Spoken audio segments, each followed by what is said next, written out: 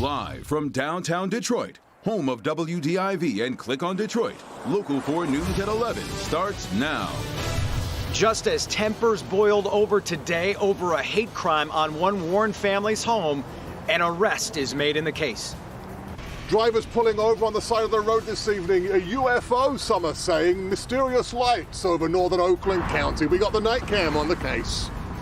President Trump and former Vice President Joe Biden facing off for 90 minutes of chaos. Sir? With $1 billion, if you that is absolutely you know what, not true. You're going to have true. Gentlemen, I hate to raise my voice, but it seems to be, why shouldn't I be different than the two of you? Tonight was the first of 3 scheduled presidential debates and included fiery exchanges, name-calling, and interruptions throughout the hour-and-a-half event. It was a challenging night, to say the least, for moderator Chris Wallace, with both candidates repeatedly talking over each other while addressing 6 topics. Alice Barr is in Cleveland with some of tonight's key moments. No handshake for the first presidential debate in COVID times. Instead, the candidates diving straight into hand-to-hand combat. I'm not here to call out his lies. Everybody knows he's a liar. But you I just want to make sure. Joe, you're the liar. I want to make sure. Graduated last in your class, not first in your class. I want to make sure. Mr. President, can you let him finish, sir? No, he doesn't know how to do that. Joe Biden hammering President Trump for his handling of the pandemic. He panicked or he just looked at the stock market. One of the two, because guess what? A lot of people died. And a lot more are going to die unless he gets a lot smarter. Squaring off over the economy. This guy will close down the whole country and destroy our country. Our country is coming back incredibly well, setting records as it does it. We don't need somebody to come in and say, let's shut it down. We handed him a booming economy. He blew it. Taking on race in America. This exchange over violence in American cities. This is a president who has used everything as a dog whistle to try to generate racist hatred, racist division. The people of this country want and demand law and order, and you're afraid to even say it. The candidates clashing over the new Supreme Court nominee. We won the election, and we have the right to do it. The thing that should happen is we should wait.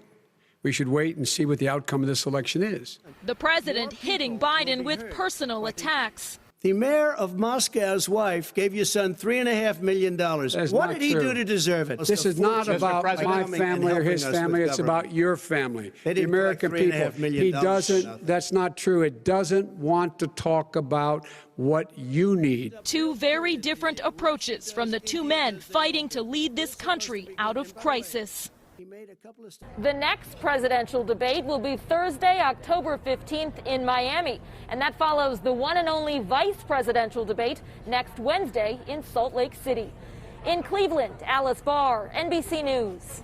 All right, Alice, there is so much to unpack from tonight's proceeding, and Grant Herms and the Local 4 Trust Index team have been fact-checking the debate throughout the night on clickondetroit.com.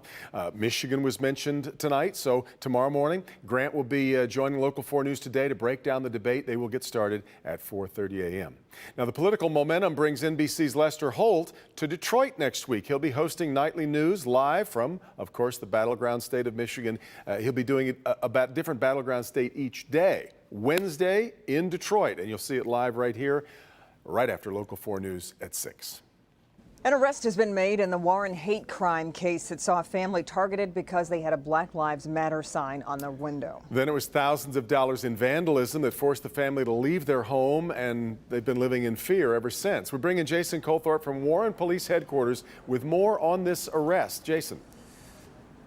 Well, Devin, Commissioner Bill Dwyer told me tonight he put the full weight of his department behind making an arrest in this case, and he was very happy to see this happen. And the family noticed that too, telling me at one point during this whole ordeal, they saw a police car every 5 minutes go by their house. And believe me, news of this arrest was a weight lifted.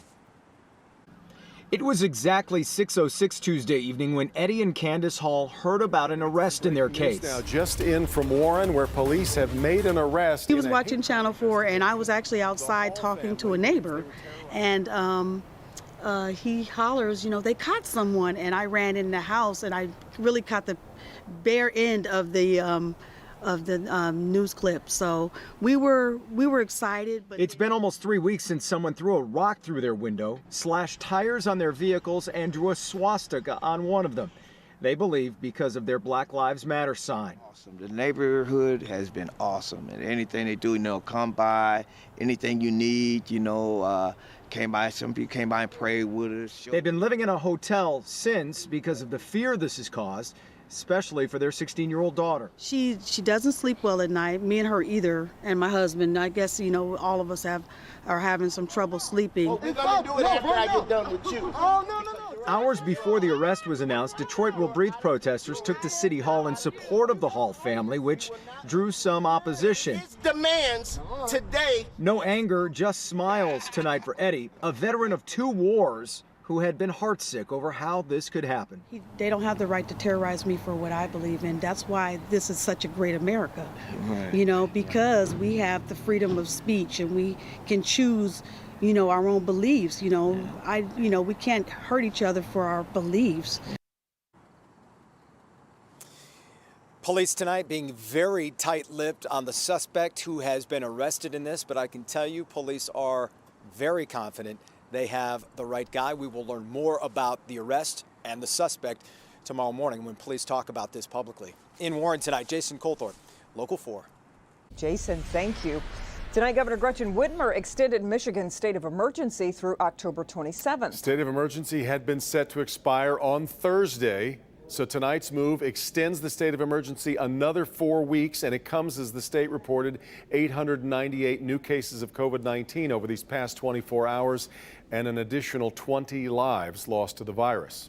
Other headlines. A small study was just released. It found older adults that got Moderna's COVID-19 vaccine produced immune responses similar to those as younger adults. So a positive sign, as the elderly have been more vulnerable to the virus, of course. Moderna, one of 5 candidates currently in final trials. A Detroit father is now facing charges in a violent high-speed crash that killed his 2-year-old son and left his other 2 children in critical condition. Priya Mann joins us with why investigators say this tragedy never should have happened. We've heard the warnings before. City streets are not the place for drag racing. Now a little boy is dead. 2 other children are critically injured, and Detroit police say their dad was the one who was behind the wheel.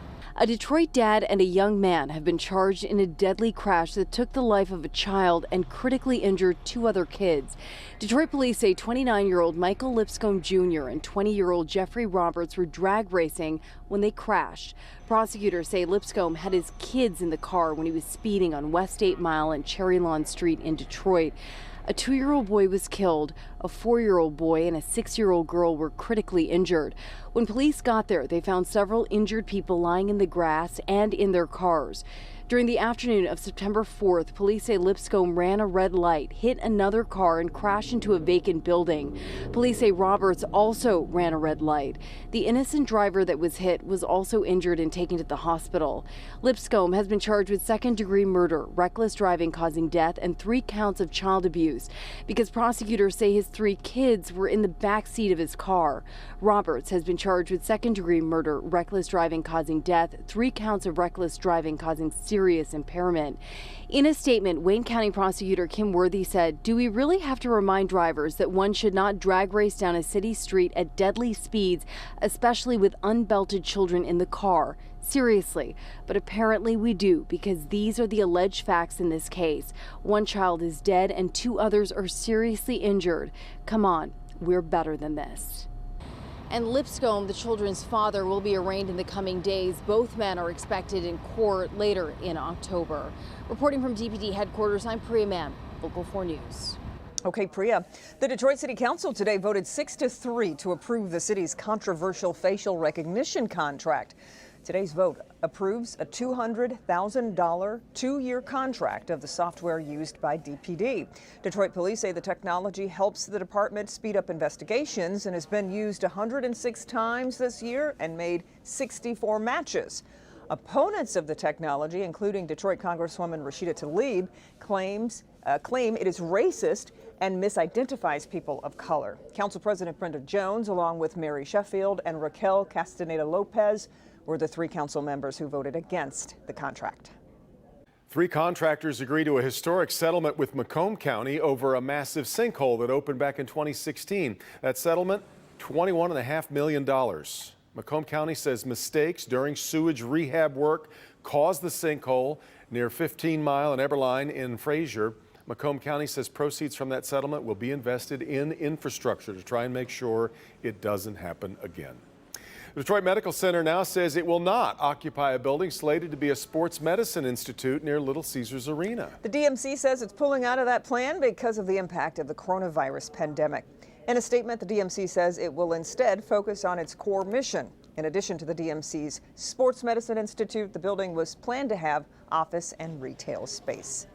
One of Hollywood's top leading men is visiting Metro Detroit. Best known for his role as Aquaman, new tonight what brunch hotspot Jason Momoa was spotted at today. Let's check in with Ben. Aquaman is going to love tomorrow's forecast because the rain is back and it will be with us through Thursday as well. Find out how much we're expecting and how cold temperatures are going to get as we head towards a frosty weekend. That's next. Mysterious lights in the evening sky over northern Oakland County. What on earth is going on? We took the night cam, exploring what's causing these celestial happenings. And what do you do if this starts chasing you up 75? We got the night cam coming up.